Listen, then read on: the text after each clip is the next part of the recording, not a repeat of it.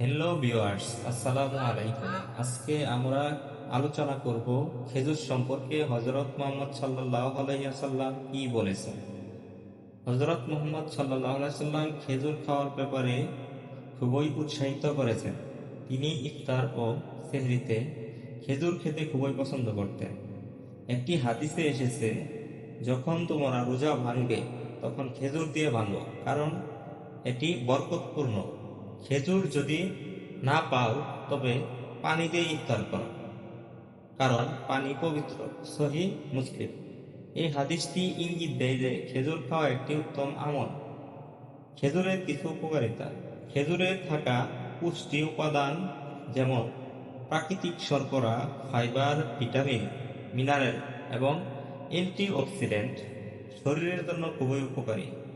হযরত মুহাম্মদ সাল্লাল্লাহু আলাইহি সাল্লাম খেজুরের স্বাস্থ্য উপকারিতা উপলব্ধি করেছিলেন এবং এটি নিয়মিত খেতে উৎসাহিত করেছিলেন।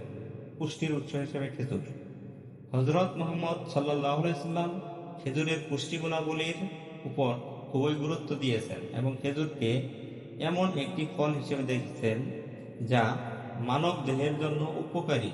এটি শারীরিক শক্তি পুনরুদ্ধারে, রোগ প্রতিরোধে সহায়ক হতে পারে।